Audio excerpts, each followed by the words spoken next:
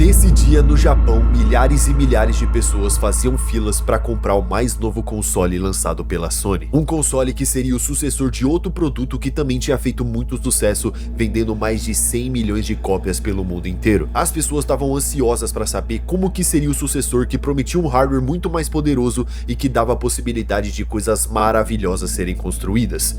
O mundo inteiro só queria saber do PlayStation 2.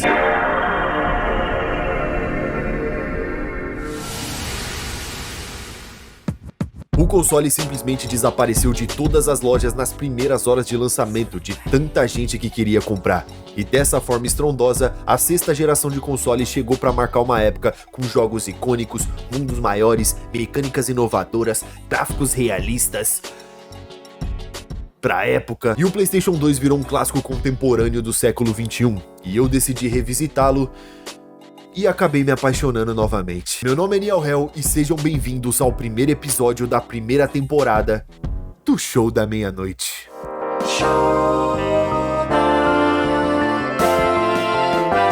Estrelando Niel Hell.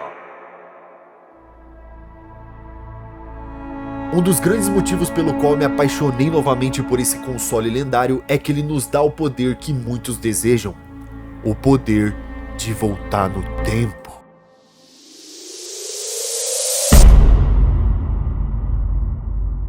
Ih, calma aí, voltei demais.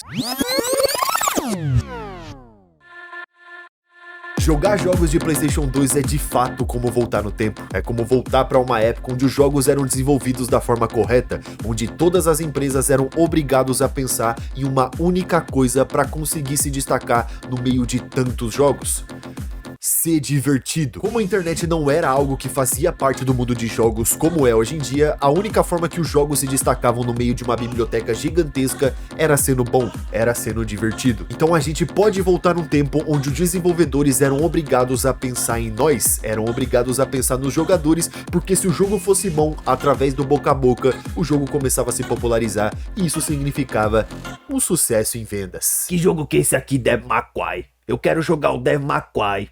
Eu quero jogar aqui esse Devil May Cry. Mas esse jogo assim, tipo Devil May Cry, God of War, Devil May Cry, esse jogo assim, God of War, esse modo do Devil May Cry. E era bom Devil May Cry ser muito foda, porque senão era poucas ideias. E isso tudo resultou em uma época onde tivemos jogos icônicos e jogos que marcaram uma geração, jogos que não eram vendidos pela metade para depois ser lançado como DLC para tirar dinheiro de trouxas conhecidos como nós, amantes de videogames. Mas calma, a gente já chega lá. Voltar pro PlayStation 2 significa também voltar para uma época onde as empresas não tinham medo de lançar jogos. A biblioteca de jogos do PS2 é a maior de todos os tempos, e dizem as más línguas que aproximadamente 4.000 jogos foram lançados para esse console.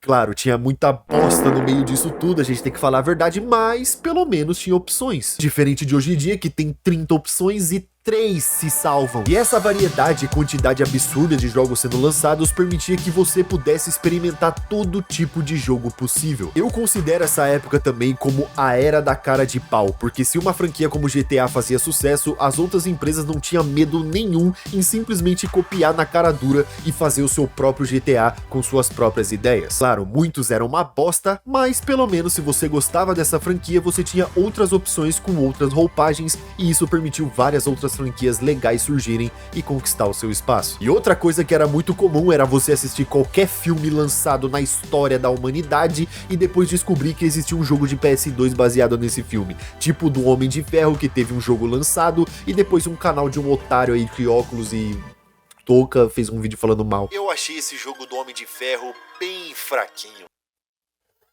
E infelizmente essa era de jogos baseados em filmes morreu com o PlayStation 2. A próxima geração tentou levar pra frente, mas não foi muito longe. Isso é pouquíssimo comum hoje em dia comparado com aquela época. Então voltar pro PlayStation 2 em 2025 significa voltar pra uma época mais simples, uma época onde eu tinha a sensação que as empresas realmente se importavam em fazer algo divertido pras pessoas, onde os jogos não precisavam ser mundo aberto, ultra realista e inovador, eles apenas precisavam ser divertidos e as empresas empresas entendiam que isso era necessário para conseguir lucrar em cima dos seus produtos. Então a gente tinha ideias diferentes, ousadas, e eu sinto que nós perdemos muito disso ultimamente. E voltar pro PS2 também é viver uma época onde as empresas não queriam te fuder e te deixar pobre a todo custo. A melhor coisa do mundo era você ir numa feirinha na sua cidade e olhar aquela vastidão de jogos e escolher aquilo que você tinha mais interesse por apenas R$10. E sabe o que é melhor ainda? Você ia ter a experiência completa do que aquele produto de entretenimento tinha a oferecer, porque a diversão era completa e não fragmentada. Você escolheu o jogo do Incrível Hulk, e esse jogo tinha várias skins do Hulk que você podia liberar, e de que forma você fazia isso? Explorando. Você acredita? Usufruindo daquele jogo, você liberava as skins. Caralho, olha que da hora! Mas agora não. Você quer uma skin diferente no seu jogo single player? Solta o peixe do bolso, meu parceiro. Ou compra esse passe de batalha que a gente implementou nesse jogo single player. Ai, velho. Mano, passe de batalha em jogo single player de fuder, mano. É um soco na nossa cara, tá ligado? E só de olhar, só de pensar, me sobe um bagulho aqui, tá ligado? Você acabou de comprar esse jogo aqui, vai começar a história? O que você acha de você comprar um kit inicial, onde você vai ganhar 3 pedras, 5 pedaços de madeira e uma espada de ferro? Eu olho essas coisas nos jogos da Ubisoft, mano, e depois eu vejo as notícias de como eles estão ultimamente, e vocês mereceram, mano. Vocês merecem. Vocês merecem. No PlayStation 2 isso não existia. Tudo que aquele jogo tinha a oferecer era jogado no seu colo desde o primeiro minuto de gameplay. A história tinha começo e fim e não partes fragmentadas que iam ser vendidas separadamente depois. Não tinha propaganda aparecendo na tela pra você assinar ou comprar alguma coisa. O menu principal dos jogos tinha personalidade. Eles eram criados baseados no tema daquele jogo e não tinha 1 milhão de quadradinho que cada um leva você pra um produto diferente. Jogos eram jogos e não um cassino virtual. E é lindo poder voltar para esse tempo. É lindo saber que essa realidade um dia existiu, onde muitas empresas realmente tinham a preocupação em fazer algo bom. Parece que o objetivo deles era agradar os fãs e fazer o melhor jogo possível para eles. E poder voltar para essa época é maravilhoso e só é possível por causa de uma coisa: a emulação. A emulação basicamente é um grupo de desenvolvedores apaixonados que resolveram criar aplicativos e programas para poder conservar uma parte da história, conservar um período do tempo. Se hoje eu tenho o PS2 rodando dentro do meu notebook do Beto Carreiro, é graças aos nossos heróis sem capa, os desenvolvedores de emuladores, que muitas vezes são perseguidos por fazer esse trabalho maravilhoso para a humanidade. Quando eu digo que eles fazem o trabalho de conservar uma parte da história, eu quero dizer isso literalmente. Muitos jogos de PS2 foram abandonados pelas empresas, muitos não têm suporte para hardware mais novo, para PC, e eles meio que realmente ficam perdidos no tempo, e você não consegue adquiri-los legalmente nem que você queira. E graças ao trabalho dessa galera, você tem a possibilidade de conhecer e se conectar novamente com esse período do tempo. E a emulação não faz o trabalho apenas de conservar os jogos, mas também de melhorar. Se você quiser jogar exatamente da forma que foi planejado desde o início, você pode. Se você quiser jogar em alta resolução, você pode. Se você quiser instalar um pack de textura e remasterizar o jogo completo,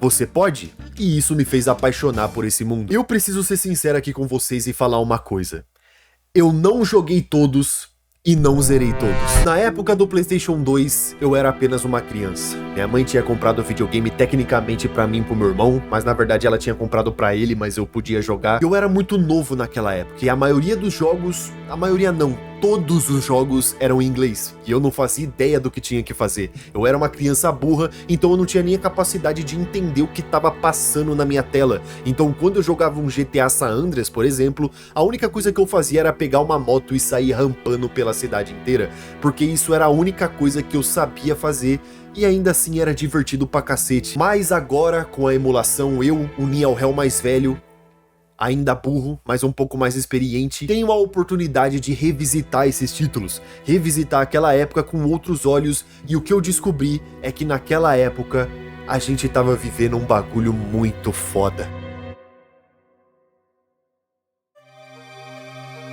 O legado do PlayStation 2 vai viver pra sempre. Aquele período, sem sombra de dúvidas, pra mim foi a melhor época da indústria de jogos da história. E não porque eu sinto nostalgia, porque eu vivi isso na minha infância, e sim porque mesmo depois de adulto, eu ainda consigo enxergar com mais clareza o valor de que tudo isso representa. Eu acho que muitos de vocês concordam comigo quando eu digo que a indústria regrediu. E não por existir jogos ruins, porque a gente sabe muito bem que isso também acontecia na época do PlayStation 2, e arrisco a dizer que acontecia com muito mais frequência. Mas mesmo que tinha jogos ruins naquela época, eles eram ruins muitas vezes por falta de competência da empresa que estava desenvolvendo, diferente de hoje em dia, que jogos são desenvolvidos para tirar o máximo de dinheiro de nós, otários. Então poder voltar para essa época, voltar para um tempo onde o consumidor era visto como prioridade, deixa o meu coração quentinho. E o PlayStation 2, o console mais vendido de todos os tempos, sempre terá um espaço nos nossos corações.